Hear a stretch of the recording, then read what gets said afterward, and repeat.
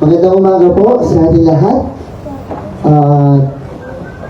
Habang kumakanta si Sisay, tumatayo yung balahibo ko. Ang ibig sabihin na yung presensya ng Panginoon ay naririto at nangungusap sa ating lahat. Yan, palapakan nga natin ulit ang Diyos na buhay. No, bago natin simulan at ang ating week, I think it's week 3. Tapos na yung week 2, tama? So, napakagandang mensahe ng Panginoon. Saktong-sakto, lapat na lapat sa witnesses. Nakakatuwa na marinig ang mga awitin na nagsisilbing kasangkapan natin para tayo ay lumakas. Minsan, naniniwala na tayo, meron tayong time, meron tayong oras na nanghihina tayo. Meron yun. At meron yung time na akala natin, wala na tayong magagawa. Pero sabi niya, it's a miracle worker, a promise keeper, that God is always there for us. Amen? Amen. So, ang ating pag-uusapan, ang ating series ngayon ay pinamot ang conquering new territories. Parang iba na to, iba yung nakuha ko.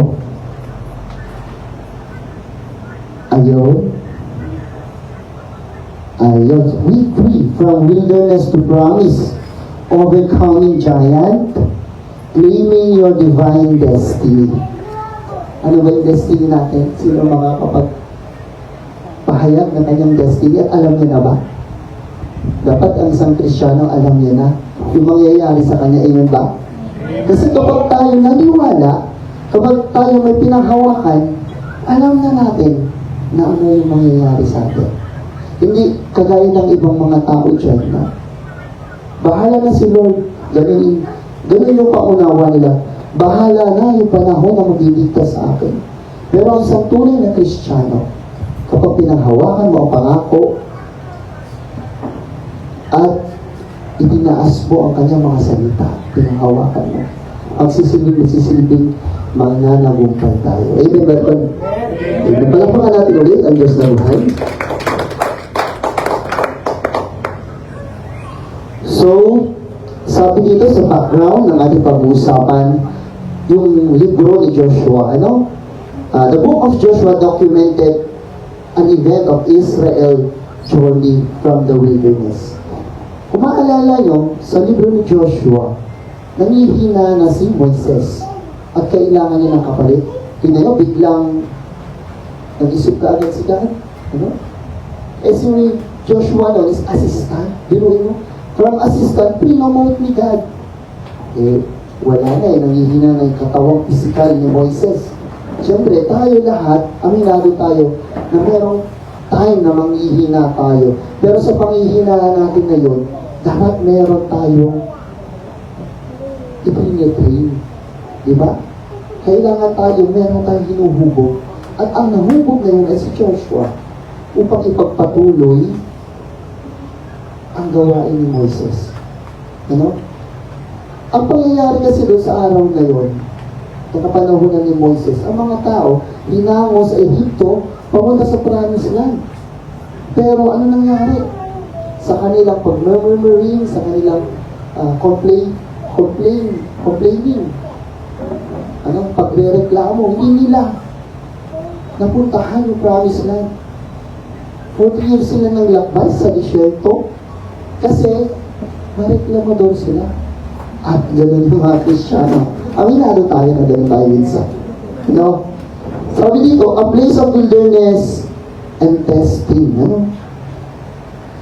Into a Canaan, the land of promise to Abraham and descendant. Ito yung continue, yung pagpapatuloy ng paglalakbay ng mga Israelita. Sabi dito sa Genesis 17:8, ibibigay ko sa inyo ang iyong magiging lahi.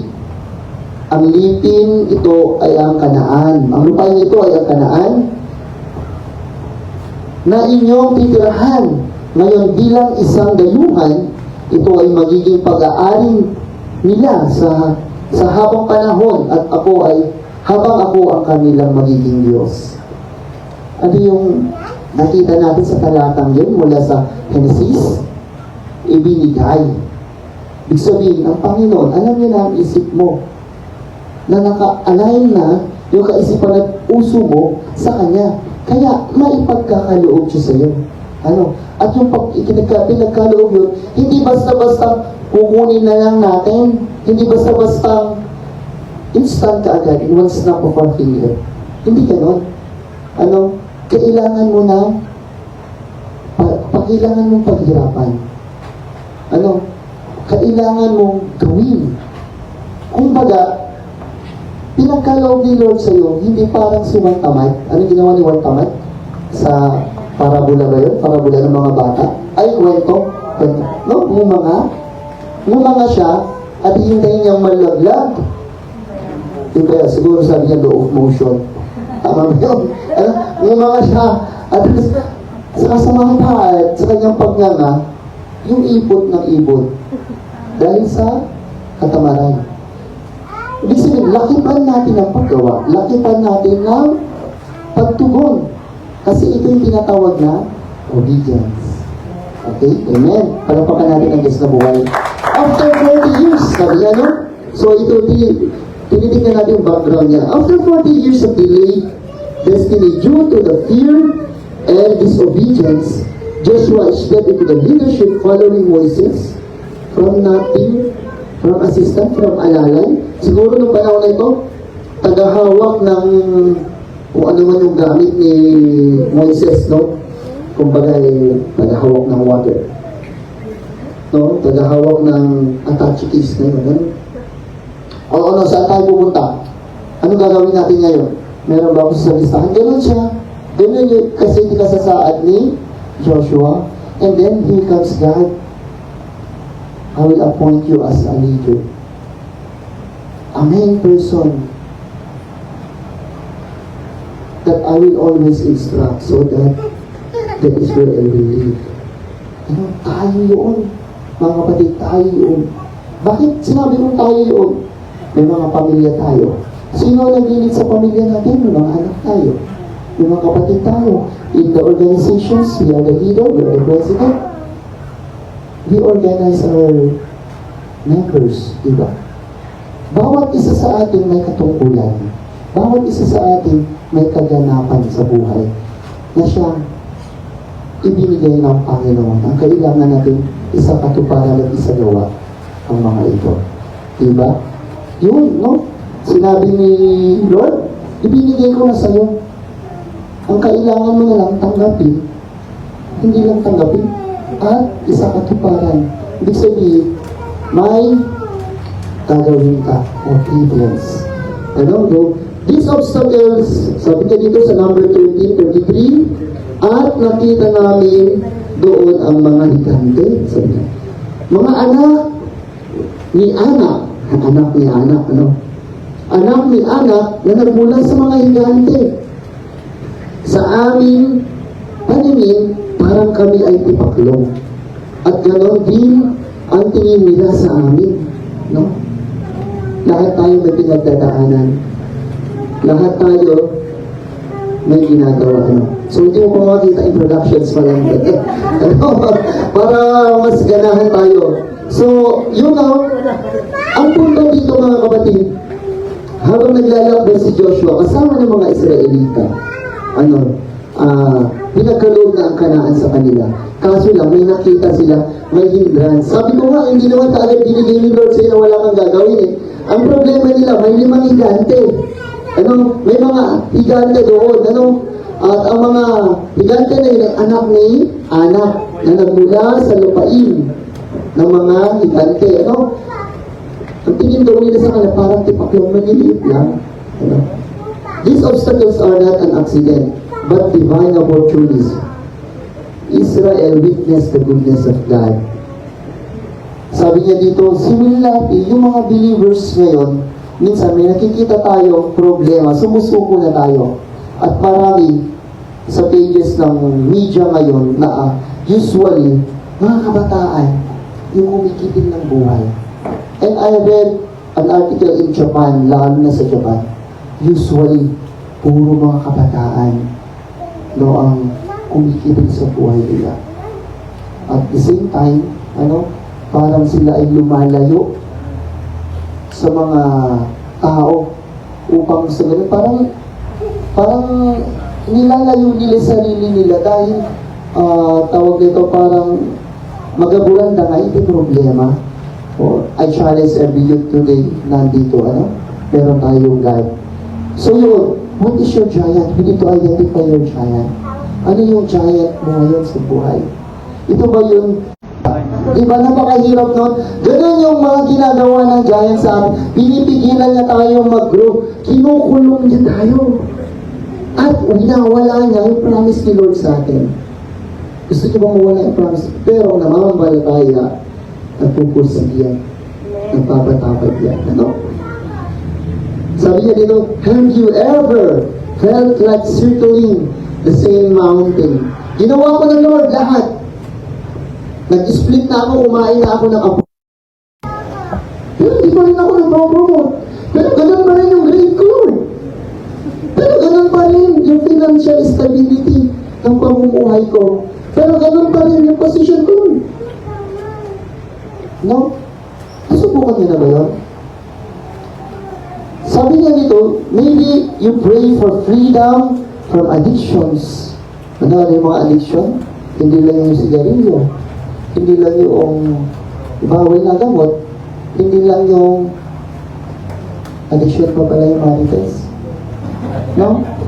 Doon mo lang nalaman na nabala kung article na ito na addiction pala yung pagiging marites na kailangan mo bang isip yung ano para wala ka lang marinig. No? Addiction pala yun. Doon ko lang nakita doon sa article na yun na hindi lahat ng addiction is bawal na gamot. Yung sobrang pagmamahal mo doon, yun na yung panay-panay na ginagawa mo. Pero ang addiction, it can destroy. Pero yung addiction mo sa pag-worship kay Lord, okay yun. Okay yun. Pero yung addiction mo, para maipababa yung iba, para ma-distract yung iba, para sirain yung iba, yun yung masama. Ano? Sabi dito,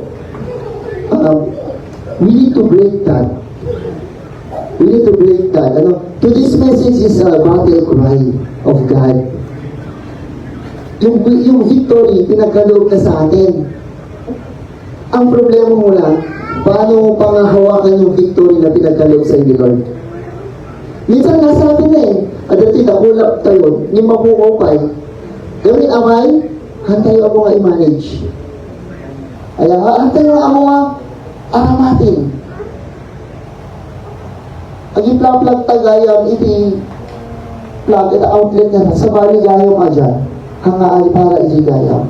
So, hindi siya nagtutumpay, hindi siya nag-fix. But, anong kailangan mo doon? The wisdoms that come from above, it's God. In order to defeat the giant, you need God. God is your ladder. O, di kapag umakit ka sa ladder, pareho na kayo ni giant, match na. Ano? Sabi dito mga kapatid, the journey teaches us of claiming our inheritance isn't one-time event. It's a process. Yung giant natin, kung paano natin ma-overcome yun, it's a process. Process muna ni Lord, yung body natin, ay humihila sa atin. Ano ba yung nagpipigil sa atin para makuha natin yung giant na yun? Para ma-defeat natin yung giant na yun. Ano? God given us identity and process in fulfilling God's inheritance. We need to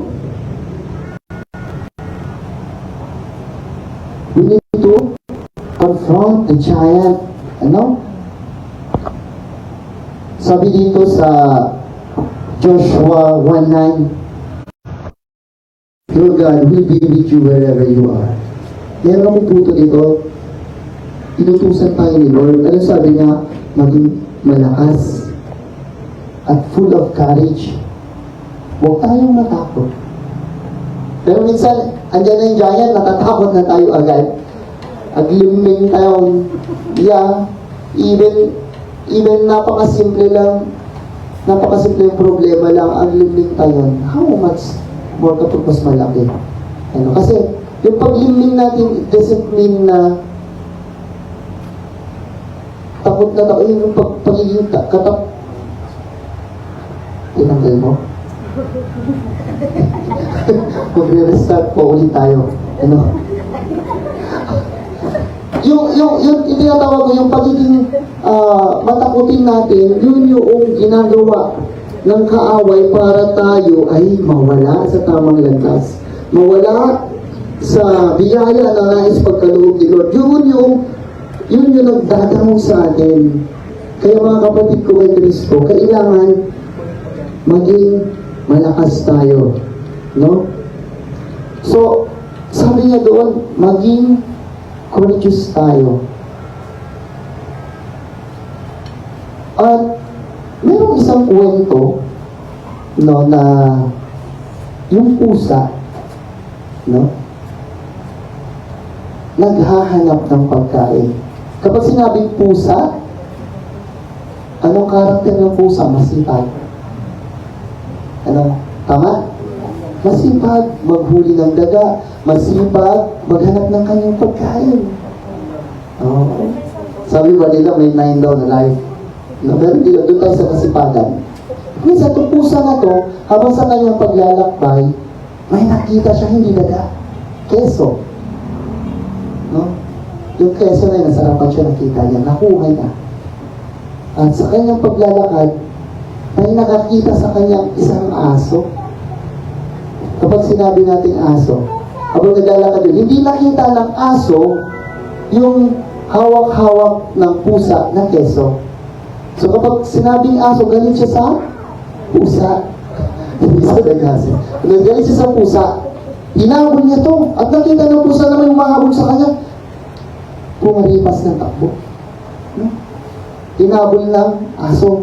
Habang sa paghahabulan nila, yung aso na may pangalawang aso na nakahiya, nakita niya yung aso tumatakbo. Lumabol din. Pero hindi nila nakita yung pusa. Ganun ang sumunod sa pangatlong aso at sa pang-apat na aso. Hanggang sa yung pusa, habang sa kanyang paglakad, syempre pagtakbo, nakita niya, may bit-bit-bit siya ng keso. Sabi niya, pagkain ko na to. Di ko na to pakakawalan. Di ko na to pakakawalan. Kagalingan ko na sa pagtakbo. Ano? Yung dalawang aso, yung mga apat na aso, napagod huminto. Ano yung learning natin doon? Ano? Ano yung i-connect natin? Ano yung learning natin doon? Yung purpose mo, alam mo, yung pusa, alam niya yung purpose niya. Na you need to hide the cheese para may makain siya. Yung aso, sumusunod lang sa layaw ng mundo. Kung may nakitang maganda, kahit di niya tinitignan, di niya nakita yung purpose niya, tatakbo yan. Hanggang kapag di mo alam yung purpose mo at mababagod ka, ihinto ka na. Pero yung pusa hindi. Kasi may kailangan siyang i-safekeep. Ganun sa tao. No? Yung giant mismo natin, hindi natin nakikita, hindi natin alam yung purpose natin. Minsan yun yung giant sa buhay natin. No? Yun yung giant sa buhay natin. And we need to learn from it.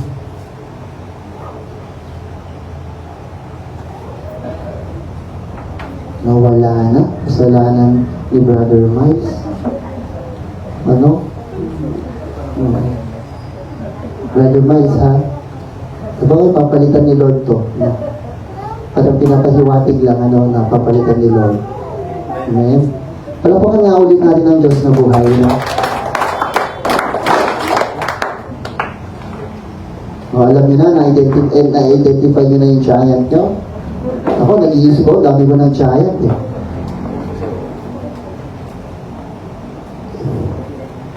So, overcoming the giant, our verse kanina yon. Confronts the giant. No? Sabi niya dito sa Joshua 10:8, sinabi ni Yahweh kay Jose, huwag kang matakot sa kanila. Ibibigay ko sa kanila sa iyong mga kamay. Wala ni isa man sa kanila ang makakatalo sa iyo. May promise doon. Di ba? Wala ni isa ang makakatalo sa iyo. Walang ni isa makakatapagtigil sa iyo. Kasi binigay ko na sa iyo. Ang ibig sabihin, panghawakan na natin. We have a lot of talents. Meron tayong mga possessions na pinagkaloob ni Lord sa atin. Ano yung ginagawa natin minsan? Kung wala kang purpose doon, biglang nawawala yan, ninanakaw yan, tinatanggal yan. Naalala yung parable of the talent? Naalala niyo yun? Nabinigyan ng 5, 3, 1. Tama ba? Ano? Anong nangyari doon sa 5? Kinalakal niya dumami. Yung pangalawa, tama? Kinalakal niya dumami. Yung isa, inihukay niya. Anong nangyari? Kinuha pa sa kanya lahat na sa kanya. Ganun yung mangyayari sa iyo. Kung hindi mo alam pangalagaan, yung nasa sa iyo. Ano? Sinabi kayo, huwag kang matakot sa kanila. Ibinigay ko na sila sa iyong mga kamay. Wala ni isa man sa kanila ang makakatalo sa iyo. So, God doesn't just promise victory. He guaranteed it. Garantisado. So, alam niyo yung commercial na subok at garantisado. Sabi ba nila? Do you know that commercial is a lie? Isang major subject ko kasi nandiyan eh. Para mabenta ang isang bagay, kailangan mong mag-lie, pero walang white lies. 99.9% it kills germs. Okay? Diba? Pero yan si Lord. Si Lord yan nagsasabi, garantisado na yan. Panglawakan lang natin. Parating pinauulit at pinauulit dito ng Panginoon na sabihin at panggitin ko. Kung ano yung meron sa inyo, panghawakan nyo, gamitin nyo sa tamang kaparaanan. Kasi kung hindi nyo ginamit sa tamang kaparaanan, it will snatch from the devil. Amen ba doon? But, kung tama yung paghawak nyo, victory ka agad yan. At may guarantee ba? Also, we need to pray. May mga prayer kasi naman malabnaw. Oo, may prayer na malabnaw, may prayer na malapot. Kapag sinabing malabnaw, sabi ni Lord, walang lasa. Hindi maganda sa paningin. Pero kapag malapot, kapag sinabing malapot, syempre diba na-attract ka? Uy, malapot. Uy, masarap siguro to. Kaya nananamnam ng Panginoon. We need to pray every instances in our lives. But in praying, huwag tayong siwan tamad na hihintay lang na babagsak. We need to act in our prayer as a kind of obedience. This battle is yours. Sabi niya, Lord, I trust you to fight for me. It's always God is behind us. Si Lord ang always na nagiging shield natin. Binabato tayo, natamaan tayo, aray ko, liit lang na bato, nag-aray ka na. Pero si Lord, malalaking tipak na bato ang inaharap niya para mapigilan yung mga bato. Minsan, nag-pray tayo, Lord, ang dami kong problema. Lord, ang daming obstacle sa buhay ko. Natamaan ka. Isang obstacle lang pala. Pero di mo alam, sa likod si Lord pala, may nakalusot lang sa kanya ng isa. Nagreklamo na tayo. Nagreklamo na tayo. Maliit lang. Pero sabi ni Lord, be constant on prayer.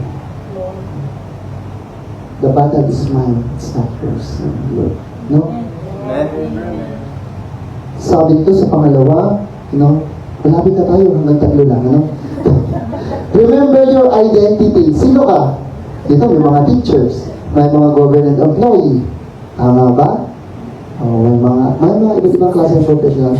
Kapag sinabing Miles, uy! Songer yan. Songer ba? Senior yan. Dancer pa. GM yan. Kapag sinabing yung nasa camera ngayon, kapag sinabing camera, uy! Crocodilus mendorensis yan. Ginawa doon ng scientific, di ba? Burakot, sabi ba? Ang burakot kasi is native crocodile natin, Crocodilus mendorensis. Uy! Kurakot yung man, crocodile yung mga yan. suwapang yung mga yan kapag sinabi. Ngayon kasi nangyayari eh. Tinanong ko ulit yung anak ko ng isang araw, sabi ko kay Isra, Dad, why congressman, sabi niya, loses our money. Kasi habang nanonood ako, hindi gano'n pa rin tumatanda, no? Nakikinig at nanonood ng mga bicameral meeting, gano'n. Eh parating katabi ko kapag nanonood, naririnig niya, medyo spoken dollar na din yung anak, narinig niya na yung issue, nawawala yung mga pera. So kahirap na lang itindihin ngayon yung mga pangyayari. Kapag ang identity mo is Kristiyano, kailangan magningning ka. Kapag ang identity mo ay anak ng Diyos, kailangan magliwanag ka. Para maliwanagan yung mga taong hindi alam yung daranan.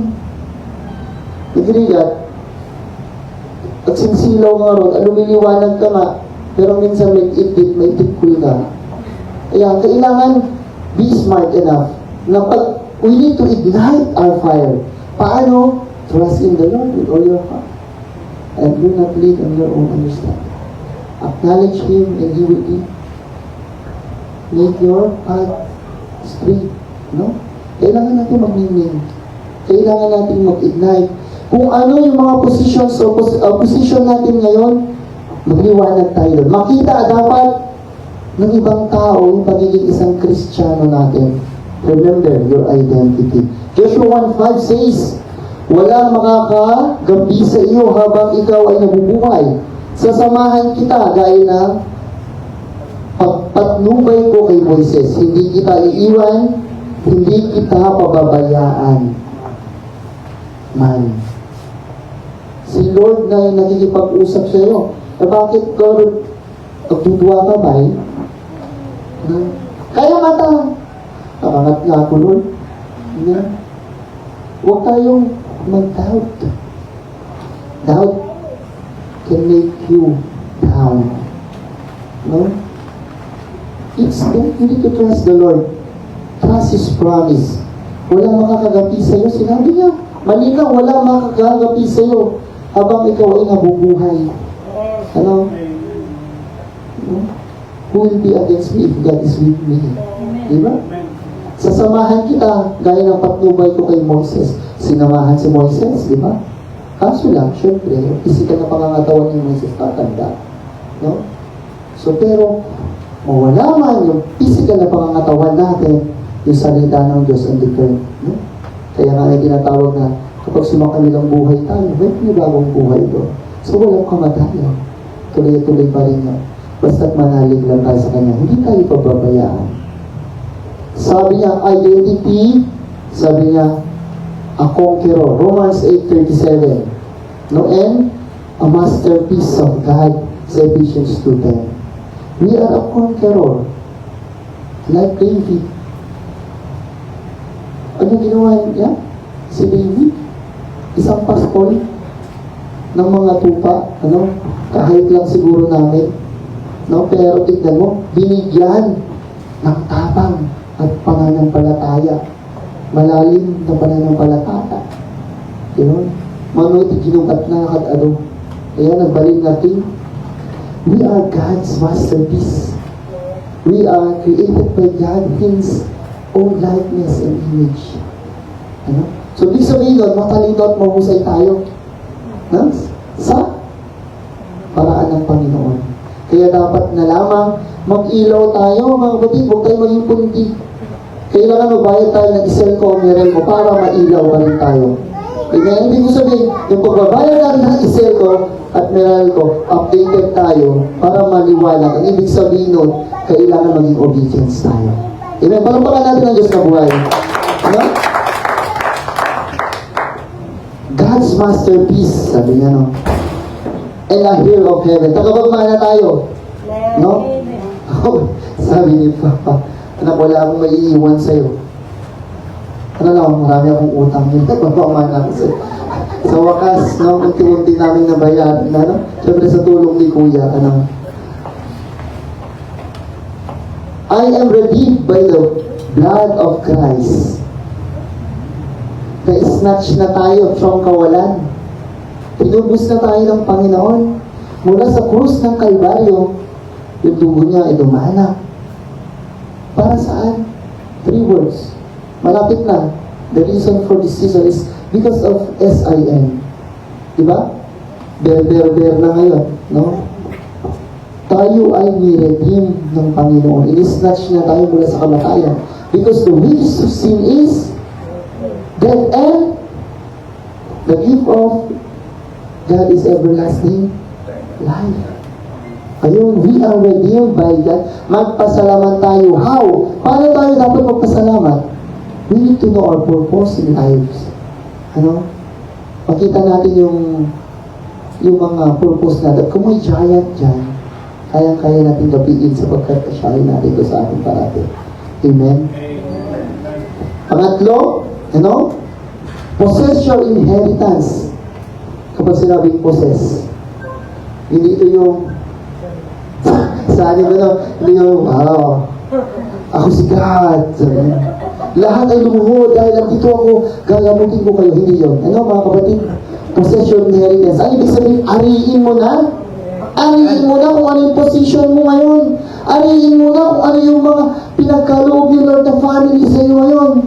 Ariin mo na kung ano yung kulay ng sasakyan mo ngayon. Yung mga sasakyan mo, ariin mo na. Because that God comes from God. That gift comes from God, I should say. You need to possess your inheritance. Hindi lang yun. You need to possess yung pagiging Kristiyano mo. Baka naman yung sasakyan, gusto ko lang, sir. Lord, yung pagiging Kristiyano, ops, tabla-tabla tayo. Baka ganun. Hindi, no. Kasi kapag ganun ang ginawa nyo, panandalian lang yun. Panandalian lang yun. Mawawala agad yun. Dapat, para mas pumahot pa yung nagiging ng banbanat, ay ating pera ni Apo, embrace pera ng pagiging Kristiyano mo. Tingnan natin, Joshua 23:3, nasaksihan nyo ang ginawa ni Yahweh sa lahat ng bansang ito. Dahil sa inyo, si Yahweh na iyong Diyos ang nakipaglaban sa inyong mga kaaway. No? Tingnan nyo doon sa una kung paano nila nagapi yung temple. Anong ginawa nila? Nag-pray, nag-aral, nag-pray. Tapos, nagbigay ng instruction si God. Ganito ang gawin nyo. Ikutin nyo ng ilang beses yung temple. Ano nangyari? Nagpatay-patayan yung mga kaaway. Nag-crack na yung wall. Diba? Nasira. At ganoon din naman dito sa Joshua doon. Ang nangyari, habang ginagapi nila yung mga kaaway, tumakbo yung mga kaaway, tupak ng yelo ang bumagsak sa kanila. Kasi, yung Panginoon ang siyang may laban doon, At mas marami pa ang namatay sa tipak ng yelo na nahulog mula sa langit kaysa sa sword ng mga kasamahan ni Joshua. It's God's battles, not ours. You have seen all that the Lord your God has done. So the Lord will do all the kingdoms you are about to enter. Sigurado na yan. Sigurado na ba kayo? Kailangan maging sigurado tayo sa buhay natin. Philippians 4:19, and my God will meet all your needs according to His riches of His glory in Christ Jesus. Ang kapag magmamati kita, tagabsat? Ang kapag magmati kita, God will meet all your riches. Yayaman na ako dito. God, ano lang ang gawin mo? You need to meet God. And then it follows. May gawin yung effect din yan. You need to meet God. How? Be a Christian. Gawin mo yung command niya sa'yo. Ano yung command niya sa'yo? Kung ano ang position mo ngayon, mag-ilaw ka. Ulit at ulitin natin. Ulit at ulitin natin. That is how to defeat giants. Our spiritual inheritance in Christ, we have been given every spiritual blessing. Nasa Ephesians 1:3, Ano kayong spiritual blessings na meron tayo ngayon? Siya sa atin mo, alamin mo. Mag-pray ka kay Lord. Lord, ano ba yung gusto mong maging ko? Lord, ano ba yung angking talino na ipagkakaloob mo sa akin? Ako ba po ay taga-map ng church? Spiritual blessing din yun. Sabi dito mga freedom from bondage. No? Freedom. Kapag sinabi mo freedom, kapag pumapasok bilang isang microfinance manager, kapag freedom, Frank, ako kaagad yung naisip ko eh. Tumawa kasi si freedom from bondage. Dati sinner tayo, but because of Christ who died on the cross, malinis na tayo. Misnatch niya na tayo sa karulihan. No? We are now free. Sabi dito, access to God's presence. Kailangan kumonekta tayo. Ano yung God's presence ba? Sa tingin nyo? O baka naman, uy, may pila dito ng ayuda. Punta tayo doon, pero doon sa pumipila para makinig na salita ng Diyos, wala. Ano? Yun yung problema natin mga kapatid ko eh, kay Kristo. May access tayo para sa presensya ng Panginoon, pero inuuna natin yung layaw natin. Inuuna natin yung sarili natin. And one, giant ring yun. No? Giant ring yun. Kasi kapag inuna mo si Lord, lahat yan, mag-give way, marireceive mo. No? Have you for access to God's presence? Kailangan natin gawin ito. Authority to advance God's kingdom. Paano? Paano tayo magkaroon so, di ba sa tactical, alam ko si Mr. Mo is mahusay sa chess. So sa paglalaro ng chess, kailangan advance ka, mag-move. Dama lang kasi alam ko yan. Kapag nag-move ka, you know what is the purpose of your move. That's only, sa kanila eh, hindi lang dalawa, dapat ako hanggang dalawa lang alam ko. Hanggang mamate na yung kalaban eh, yun yung movement nila eh. Kailangan yung authority na binigay ni Lord sa dapat advance tayo. O binigay ni Lord ito sa akin. Pagdating ng araw, lalawak ito. Kailangan ko i-advance yung thinking ko. Kailangan ko magkaroon ng mahusay na plano. No, at yung plano na yun, hindi lang plano. Kailangan mo ulit, ilakad, isagawa. No? Nakailang ano na ba ako? Expression ko eh. Authority to advance God's kingdom found in Matthew 28:19-20. Nawala kasi yung kopya ko. Mga kapatid ko kay Kristo, no?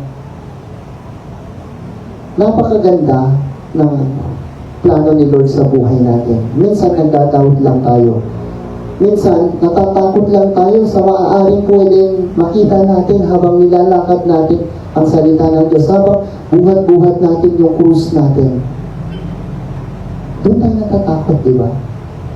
Maaaring mapagod ako. Maaaring matalisod ako. Maaaring hindi ko makayanan. Kaya Lord, putulin mo nga yung krus ko. Pagaanin mo nga. Ganun tayo. No, pero hindi ko alam, sa pagpapasahin ng krus, unti-unti hinuhubog tayo ng Panginoon ng kapatid. Hinuhubog niya tayo upang maging malakas. Hinuhubog niya tayo upang maging tunay at ganap na Kristiyano, upang ma-receive yung mga blessings na pinagkaloob sa atin. Malang araw, kapag pakat ka ng pakat sa krus na hindi napasan mo, paano pala kapag yan ang magiging ladder mo para makatawid doon sa buhay na walang hanggan?